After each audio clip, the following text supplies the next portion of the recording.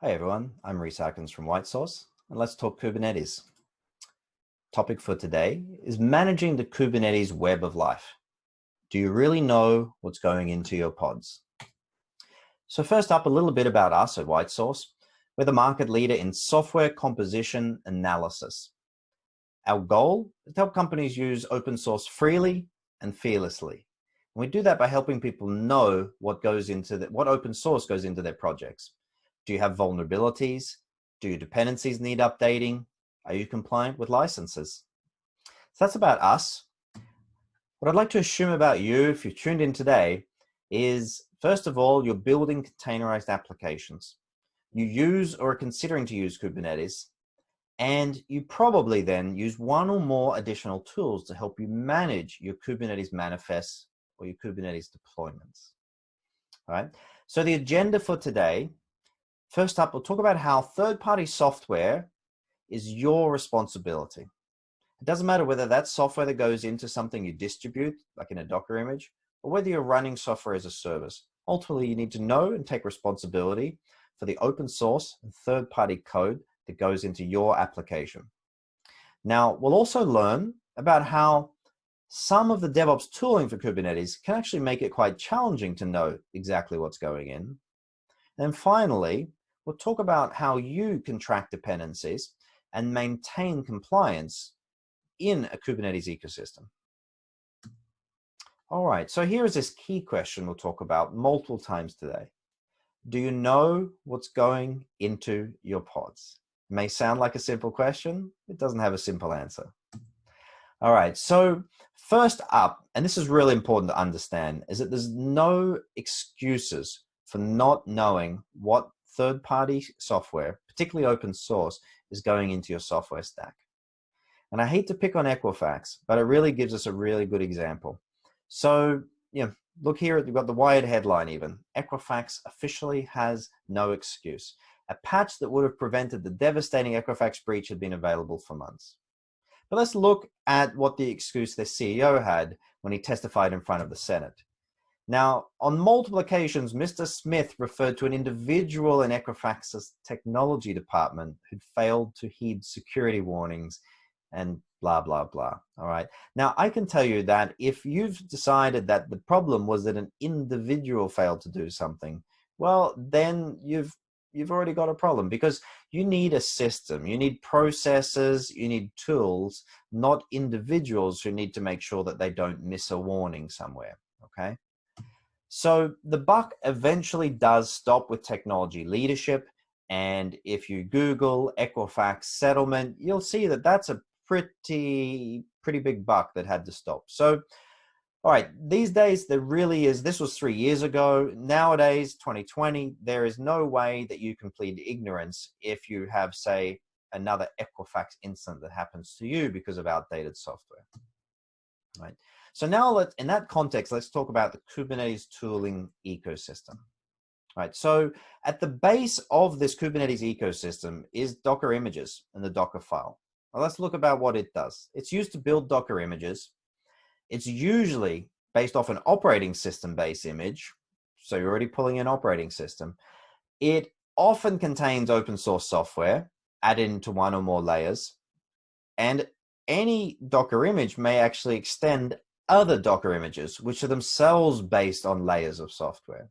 So we've just started the basic building block of a containerized system, and already we've got complexity of layers, dependent images, operating systems, and third-party software. But of course, we don't stop there. All right, so if you look at this Dockerfile example, so this is actually pulled from the Node.js official Docker image, and you can see it's a bit flipped around, but at the bottom, you can see that it's built off another image, off a build pack, and it not only contains the Node.js software, which is installed, but it also contains, for example, another package called Yarn. So even when you're installing a basic, programming language, it itself can pull in other third-party tools. Now, let's then go up to the Kubernetes layer already. We've got the Kubernetes manifest. Now, this is the primary building block of Kubernetes itself. Technically, a manifest describes the desired state of Kubernetes objects. But importantly, for what we're talking about today, a Kubernetes manifest usually includes references to Docker images, right? So we talked about the image before. It's the one that has layers and typically an operating system. It may depend on other images. Okay, so now we have Docker manifests that depend on Docker images.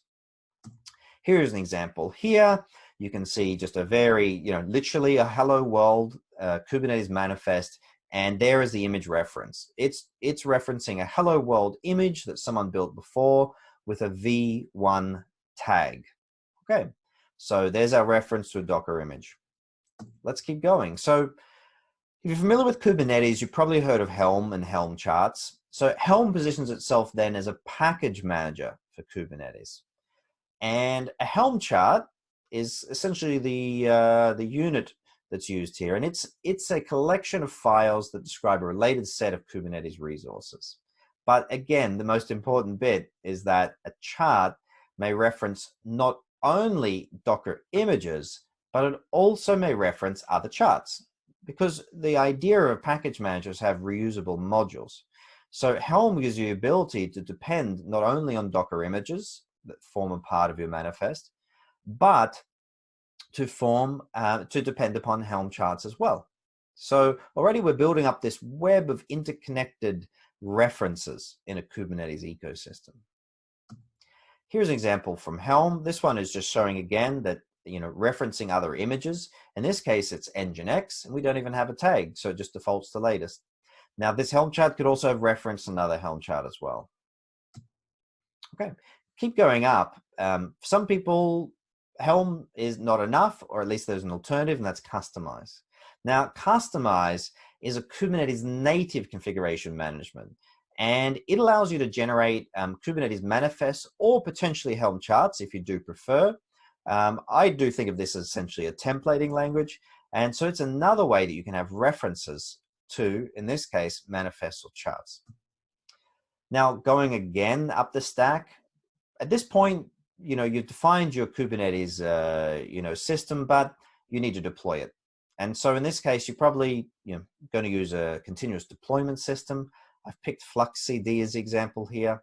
So FluxCD has the concept of a Helm release CRD, and a Helm release essentially points to a Helm chart. Okay, so you look here in this example, you can see it's referencing a chart repository and a chart name. Remembering, of course, that chart might have been generated using a customized template.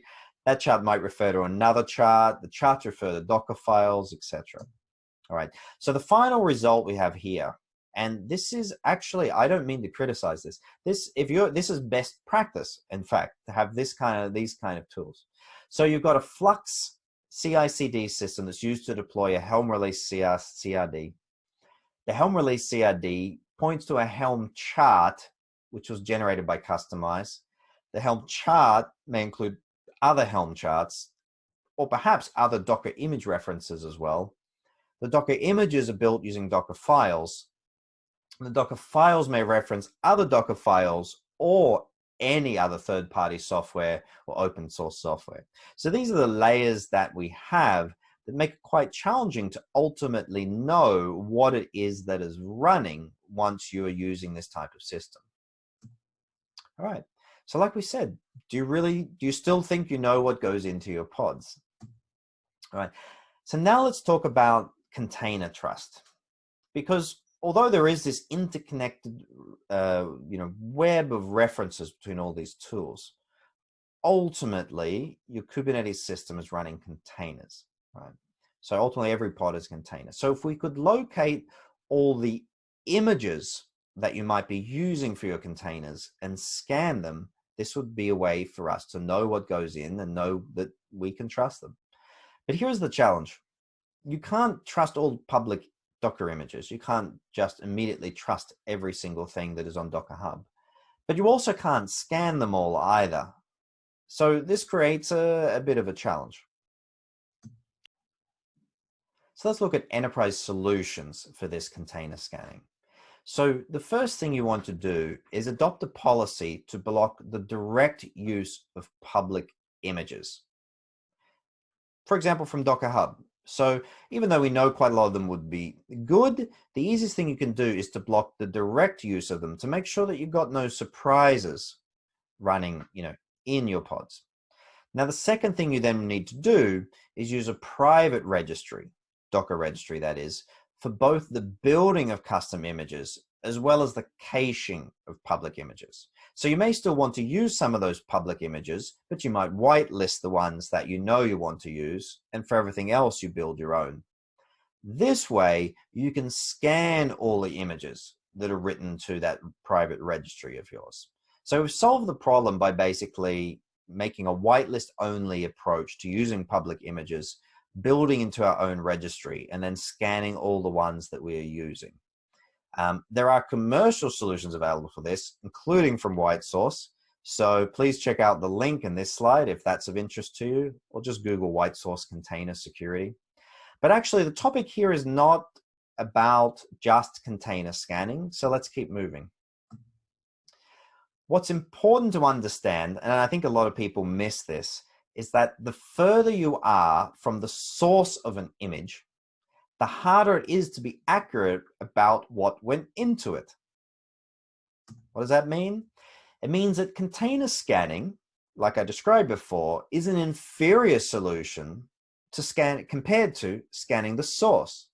So when you have images that you have built yourself, it is far better to be scanning the repository that builds them for all references to third-party and open source software. It's far better to do that than to wait until you've already built the image and then scan the final product, the final image. So the further you are from the image's source, the harder it is to actually know for sure what went into it. Now, I'm going to use an analogy here. And so you can see there's a reason why I was picking the chef before. So let's say that you've been given a new job. You work for the king. And it is your job to make sure that the king never gets food poisoning. Now, if you think about it, how would you best like to achieve this? Now, at the top here, we've got the ingredients. At the bottom, we've got the finished product. Now, it's a lot easier if you were, scanning. It's a lot easier for you to check the individual ingredients, make sure there's no weevils, in the flour, make sure there's no mold in any of the jam. It's a lot easier to do that than it is to look at the final baked product and try to determine if that has anything in it that would make the king sick, right?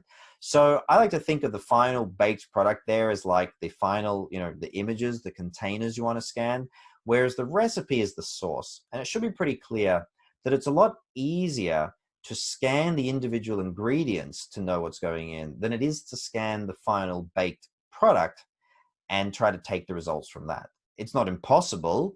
And just like container scanning, it's probably a good idea to do some taste testing as well. However, your primary way for images that you build should be to scan the source instead of the final product.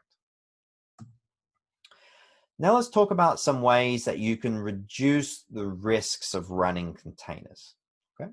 So first of all, only use reputable sources for images, otherwise build them yourself. And by reputable, a simple way you could, a simple rule of thumb would be just to use only the official images on Docker Hub. So, we talked about things like Node.js and Nginx and things like that. So those are examples of official images. And there's a very good chance that they will be reliable, they'll be up to date, and there certainly won't be any, deliberately malicious packages that are put into it. So that's the first step, is to, only use reputable sources.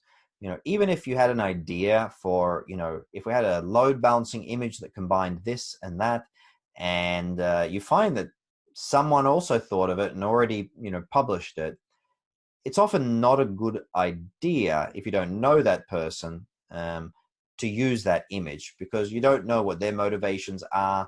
And if, say, they were to be compromised, then someone could possibly push, malicious software in the place of what was originally a non-malicious image. So opt for the safety of official and trusted images. Now, the second part of keeping safe and eliminating risk with container usage is to use image shards for reproducible builds instead of tags. So in the examples I gave earlier, you might have noticed there was tags like V1, or in one case there was no tag and it was latest. Doing it this way is actually quite dangerous, especially if you're using something like V1. What a lot of people don't realize, if they've come from, say, programming side, from JavaScript and Java, is that even when in Docker images you have versioning like version 1.2.5, and that's a tag, not so much a version. What people don't realize is that the software behind that tag can actually change. It's so-called not immutable. And so what that means is that one day you might be running happily, and then the next day you try to deploy, and actually the software that was behind that tag may be different. So, a really good example would be, V1, because it might have gone from 1.2.5 to 1.3.0, and it might have broke something. But it's also possible that someone could push changes to version 1.2.5, or I should say tag 1.2.5, and you'd end up with a breakage, right? Whereas if you had used SHAs, that identifies an exact reproducible Docker image, and every day you deploy, pull, and use it, you'll get the exact image, unless someone deleted it. So that's the next point. Keep a local registry or cache so that you don't have to worry about images either deliberately or accidentally being deleted. Okay, because again, if you reference something on someone else's registry, then it could change, it could be deleted. There's no guarantee that the tags will exist tomorrow. So another really good reason to use like a private registry with caching, and then pin the SHAs still, even though it's yours, so that that all the software you depend upon is still going to be there, whether it's tomorrow or in 6 months' time. Now, the final point, only 4 words: keep up to date. This one's actually really important, and that's what we're going to talk the most about now. So here is a really interesting statistic that came from WhiteSource's open source security vulnerabilities report from this year. Every year we do essentially a study of open source vulnerabilities to learn about which languages are going up and which languages are going down, and are there any trends that we can see. Now, one of the trends we are seeing is that as an industry, we're getting a lot better at vulnerability handling. We are finding a lot more vulnerabilities, or I should say researchers are. This doesn't necessarily mean, the fact that vulnerabilities are going up, that doesn't mean that we're getting worse at writing code. It actually mostly means that security researchers are getting better at finding mistakes in code. But what we're also getting better at is what we call responsible disclosure. And what that means essentially is that if you discover a problem in software, you don't disclose it publicly until the developers have had a chance to fix it, or at least they've had a reasonable amount of time. Now, this is the general way that things work, and that's produced a really nice figure we have here. 84% of all CVEs, i.e. vulnerabilities, are disclosed with a fix already available. So what this means is that, we discovered a problem in, Nginx or Python or something like that. A problem was discovered, it has been fixed, and everybody should update to version X. So 16% are the cases where somebody's found a vulnerability and either the maintainer can't be found, or the maintainer is too busy to fix, or the maintainer just doesn't want to fix, in which case it gets published without a fix, at least on day one. But that 84% is really good, because it means that basically the latest version of software is nearly always non-vulnerable, or at least has no known vulnerabilities. Because you got all the software that hasn't had a vulnerability, and then you take the software that has, and we know that 84% of that already even had a fix available before the announcement of the vulnerability. So, having listened to that, let's talk about how to keep the Kubernetes ecosystem that you run up to date. All right, so let's go back a little bit to what we talked about. Here's the various components we have: customize, Helm release, Helm chart, Dockerfile, okay? And we see that not only links between them, but also self-referential links, where a chart can reference another chart, a Docker file can essentially reference another Docker file. So these are all these kind of links we have that we need to keep track of, because any one of these links could get out of date. And as we just talked about, our goal is to stay up to date. So what it means is that we need the ability to be able to track the links between these different tools and monitor them, or at least keep them up to date. Now, here is a key insight. This is really important as part of, understanding how to manage this web of life in Kubernetes. And that is that it's really important to treat the references between these DevOps tools as software dependencies. If you've come from a software background, you're probably used to thinking about, package libraries, for JavaScript, Python, and Go modules. You think of those as Go modules. You think of those as dependencies, software dependencies. You may not be thinking about, Docker images and Helm charts as a software dependency in the same way. But you really should, because ultimately these references in charts and templates, manifests, and Docker files, ultimately there usually ends up being some kind of third-party or open source software at the end of it. So really, this is just the start of the chain for your software dependencies. So therefore, think of them as software dependencies and update them or keep them up to date accordingly. So now I'd like to introduce to you a tool that we've built and released at WhiteSource. It's called RenovateBot, and I'm going to focus on the Kubernetes side of it. Kubernetes dependency automation. First, let's talk a little bit about dependency automation and why.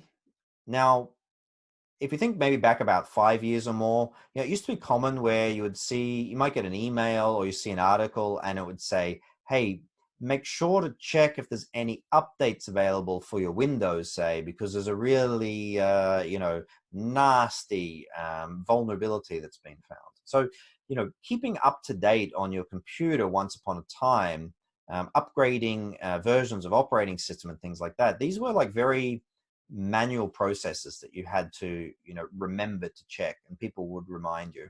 Now, these days, all that's changed. Whether you're using, Windows, Mac, Android, or iOS, pretty much all these cases, you get updates automatically, not just to the operating system and important operating system patches, but even the majority of applications update themselves. So it's quite strange that, these systems that we build, the websites and Kubernetes clusters, that, most of us are not actually using any type of automation there for those. So we still need to check manually.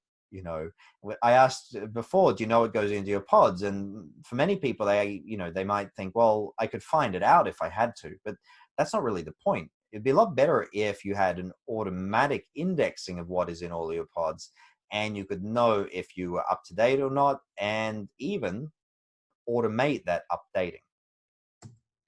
So this is essentially where RenovateBot comes in. So this is an open source dependency management tool published by WhiteSource.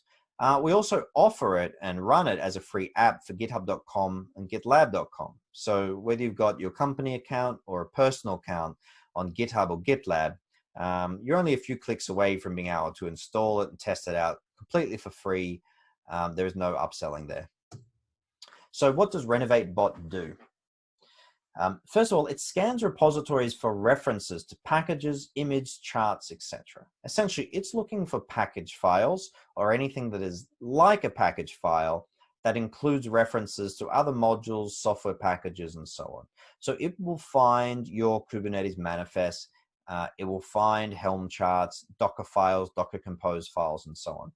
It'll find them, it'll extract all of the dependencies that are in them, including what version you're currently running, and then it'll perform a lookup for all of them to see if there are newer versions available. So if you're running version 1.2.5, it can tell you if there's a version 1.3.0 available. And it does this by creating pull requests containing not only the update, but also links to the source code and release notes if they're found. So essentially scan, look up, and then upgrade. And what this means is that these pull requests fit into a typical developer workflow where a developer can review the pull request, add comments, ask for other reviewers, and ultimately merge them. One of the differences between regular pull requests is that it is a bot creating it, not a regular developer. So we do hope that it essentially does a perfect job every time. Looking into details of the Kubernetes side, so Renovate Bot in terms of Docker and Kubernetes supports Dockerfile, Docker Compose, Kubernetes manifests, Helm charts, customized templates, and coming soon, Helm release CRDs. That's on the Kubernetes side. It's actually a multi-language tool though. So other languages include JavaScript, Go modules, even things like Erlang, CocoaPods, and Swift. So it covers from the very top, those references we talked about before, to the very bottom where you might have language-based package managers that pull in dependencies that your front or back-end teams have added. It also supports other kind of DevOps tools, Ansible, Terraform, GitLab CI, GitHub Actions, and so on. It finds all those references and tells you if you need updates to any of them. So to give an example here of a typical Kubernetes-related update from Renovate Bot, this is a Helm chart update example. So you can see here a nicely formatted pull request, update Helm chart traffic to version 1.85.0. If you look down at the diff there, you'll see the old version was 1.78.4, 1.85.0 came out, and already you've got a pull request with a perfect update that can be run against tests and merged if desired. Here's another example, going down then to the Dockerfile layer. This here is an update to a digest. So I mentioned earlier that a key to using Docker images safely is instead of using tags, that you should use shards, the digests. Now the problem with that, or the challenge with that, is they're not very human readable. In fact, it can actually be a challenge even to know where to get the SHA from sometimes.